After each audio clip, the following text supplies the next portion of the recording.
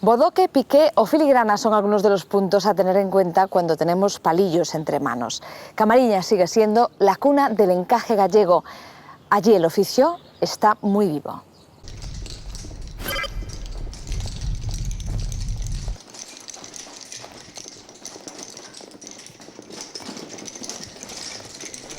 Los juegos de palillos repinican entre las ágiles manos de las mujeres. Un concierto de palillos que se escucha en trastiendas, aceras y en las puertas de las casas de Camariñas. El oficio de palilleira está más vivo que nunca en esta villa marinera. Del encaje le viene su fama.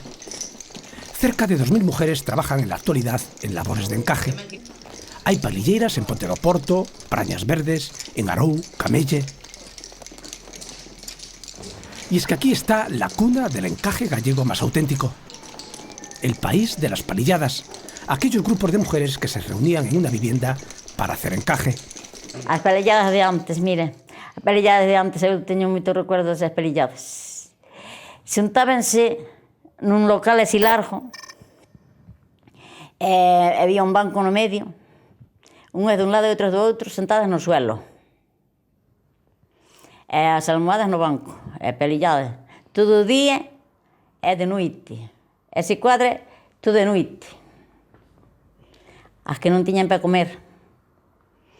Fundaban ese cuadre un pañuelo entre unha nai e unha filla, e facían medio pañuelo cada un, encanaban, e levaban a vender para outro día para facer o caldo. O caldo, o que había, era o que había, que non era caldo.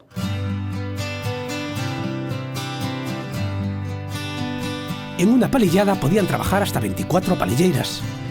Y las normas eran muy severas. Nadie se podía levantar de su sitio hasta acabar la tarea. Y a veces se organizaban bailes. Llegaron a hacerle la competencia a los salones de baile. Virtudes participó de moza en aquellas palilladas. No inverno palillábamos. De día íbamos a traballar a terra e de noite íbamos a palillar. E despois, ás 12 da noite, levantábanos e facíanos baile. Era onde namorábamos, que non había bailes nincuns, nin salóns de baile, nin había nada. E aí é onde namoraban as mulleres, ama os homens.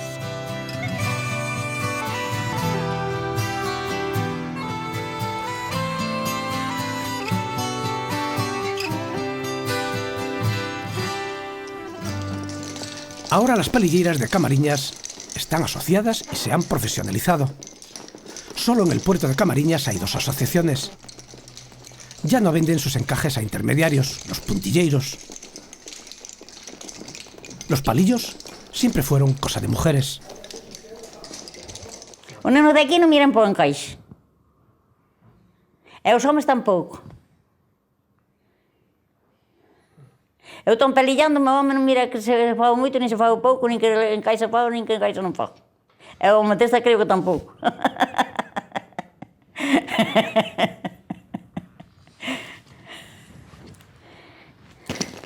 Muchas niñas de Camariñas aprenden a palillar a edad temprana. Hay talleres para que no se pierda la tradición. Y las labores de encaje se incluyen entre las actividades extraescolares. Cada alumna acude a clase con su almohada, la bolsa de alfileres y el juego de palillos.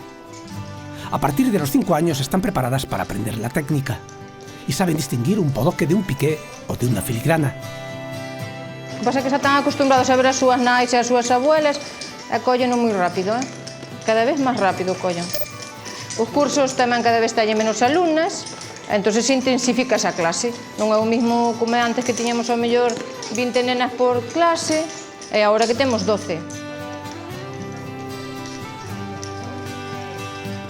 Estos cursos están organizados por el concello.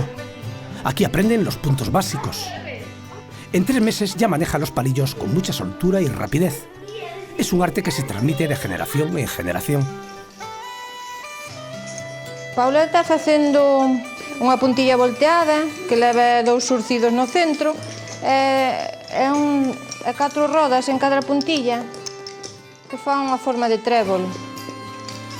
O color gustoulle o verde, porque vai ser un regalo para a súa tía, É unha puntilla, bueno, de dificultad media, porque esta nena fai moi ben. Vai ser unha gran palilleira, que é moi traballadora. Esa fixemos en color morado, esa fixemos en blanco. Intentamos darlle colores para que as nenas lle chamen máis atención e lle guste máis. El Museo del Encaje de Camariñas fue creado con el fin de promover este oficio popular, que es casi un arte, y para conservar la memoria de esta artesanía. El museo tiene más de 800 piezas catalogadas y registradas. En sus dos salas se expone un amplio muestrario de puntillas de diversas fechas, una colección de palillos antiguos típicos de la zona y todo tipo de encajes destinados al ajuar doméstico: colchas, juegos de cama, mantelerías, cubrebandejas. La mayoría fueron donadas por familias de Camariñas.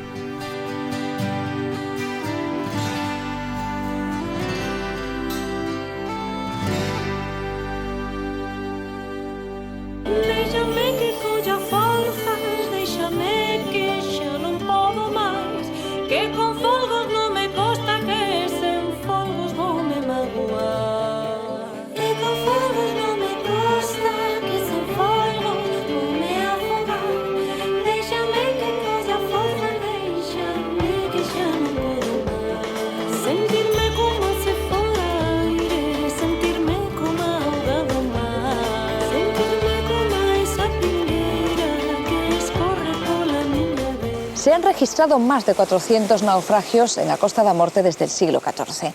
Sin duda el tramo de Camariñas entre Camelle y Cabo Vilán es uno de los más bravos. Es por eso que a finales del siglo XIX se levantó para iluminarlo uno de los faros más grandes de Europa.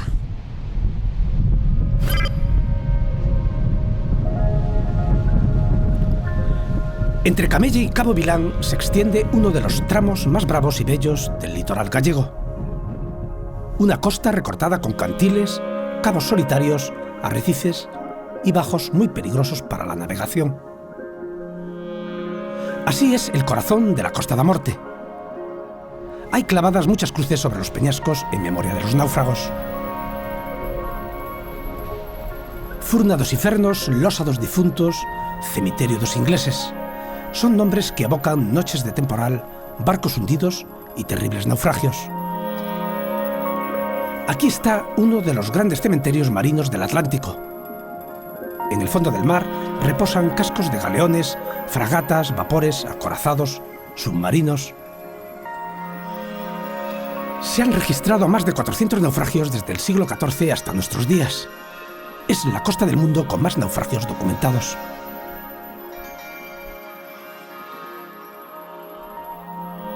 En el Cabo do 13 está el cementerio de los ingleses, donde fueron enterradas las 172 víctimas del naufragio del Serpent.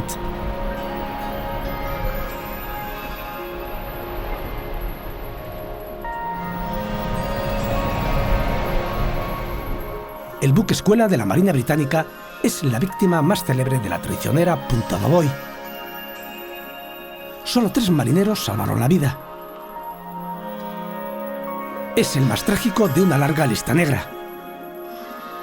Aquí nació la mala fama de la Costa da Morte. El nombre de Costa da Morte es moderno, tiene un siglo de vida y nació a raíz del naufragio del Serpent en 1890 en Camariñas. La Costa da Morte es el lugar exacto de la tumba del Serpent. La primera vez que aparece documentado es en 1904 en un diario de La Coruña, en el diario Noroeste.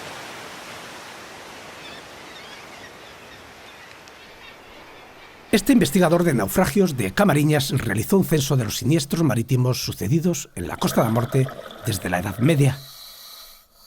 Y las causas no siempre fueron la orografía o el mal tiempo. El intenso tráfico de barcos, muy pegado a la costa, y la falta de señalización ocasionaron muchos accidentes. Pero fue la tragedia del Serpent la que impulsó la construcción del faro del Cabo Vilán. A finales del siglo XIX en Galicia no había más faros que Finisterres y Sargas y la Torre de Hércules, los 3 muy malos, muy escasos. Desde los grandes naufragios del fin del siglo XIX se empiezan a construir faros como, por ejemplo, el de Cabo Villano, para ayudar a la navegación y por la demanda que hay de todos los países de Europa hacia España.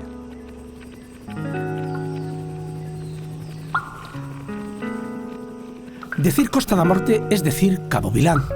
La imponente silueta del faro domina el horizonte.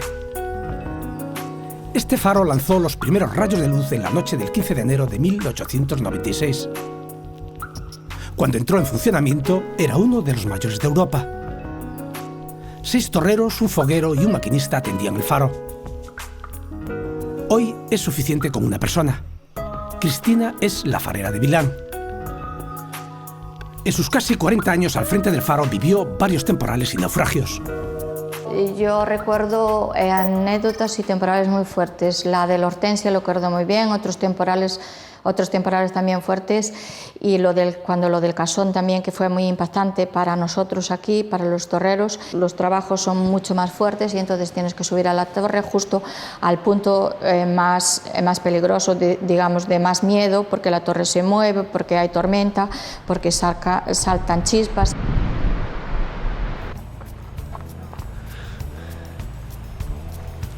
Fue el primer faro en utilizar energía eléctrica. Su luz alcanzaba las 40 millas. La cúpula del faro está a 100 metros sobre el nivel del mar. El faro Vilán es un centro de exposiciones con la memoria de los naufragios y las máquinas de la centenaria torre. Aquí se pueden ver la primera óptica, el magneto, el viejo radiofaro y muchas lámparas.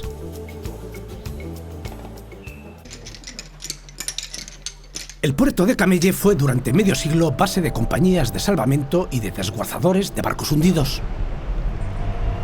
Al lado del espigón está el Museo al Aire Libre de Mann, el artista alemán que arribó como un náufrago a Camelle y se quedó para siempre. Vivió como un anacoreta durante 50 años, frente al mar, entre las peñas, entregado a su museo. Hasta que el naufragio del Prestige destruyó la obra de su vida. Mann murió al mes de la catástrofe. Las obras que lograron salvarse están depositadas en la Casa de Cultura, convertida en la Casa del Alemán, un museo muy visitado. Con esto vivía él, o sea, esto era lo que tenía para todo, porque él ni cocinaba en su casa ni nada, o sea, comía verduras frescas, fruta, nunca se le vio cocinar nada ni hacer otra cosa. Entonces subsistía con esto. Una persona muy metódica, ¿no? Sí, muchísimo. Tenía todo muy guardado, muy colocado, todo numerado. De hecho, las fotografías que encontramos, que son sobre 3.400 fotografías, están todas numeradas, están todas con sus negativos, en un estado de conservación muy bueno para llevar los años que llevaban allí con toda la humedad. La verdad que creo que como buen alemán era muy cuidadoso. Vestido con un taparrabos, Mann se pasaba la vida removiendo piedras y recogiendo los restos que arrojaba el mar para crear sus obras de arte. Bueno, a mí personalmente, y mucha gente le llama la atención este tipo de cosas, esto está hecho con los antiguos botes de vinclores, de jaspino, este tipo de botellas. Él las quemaba, las pintaba y bueno, hacía figuras. Hay algunas fotos en las que incluso dentro de estas figuras pone velas y son preciosas, fotos lindísimas de él, o sea, con las velas dentro.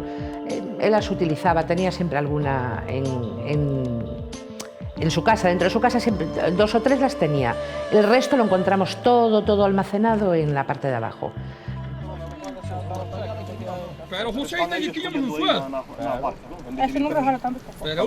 Por la carretera de la costa se llega a Santa Mariña, el pueblo de los percebeiros.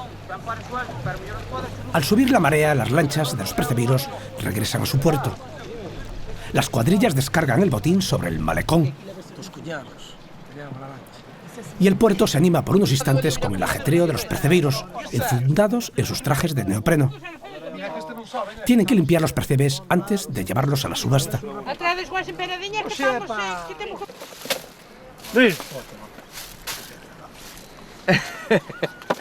Como se chaman as puntas onde fostes? Acajada. Acajadas. Mal nombre, pero... Acajada malo que pelo. Mal nombre, pero vos percebe, Sí. Acajada malo que pelo. Veña, chao. Veña, chao. Hasta luego. Los arrecifes de Cabo Veo se adentran en el mar casi una milla.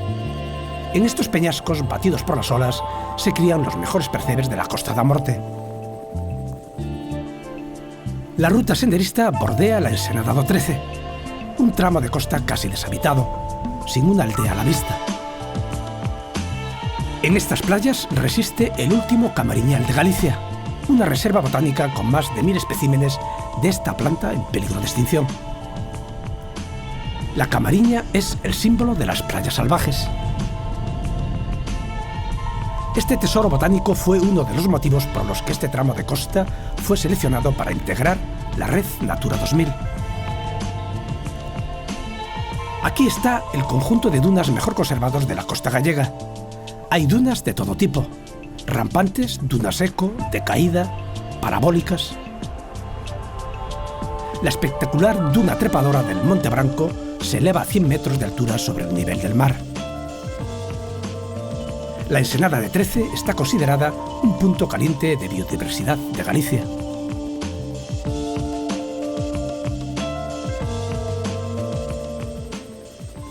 Aquí termina nuestro viaje por hoy, señores, pero ya saben que volvemos la próxima semana. Hasta entonces, si nos necesitan, tecleen www.galiciaparaelmundo.com o localícennos en Facebook. Gracias a todos por su compañía. Cuídense.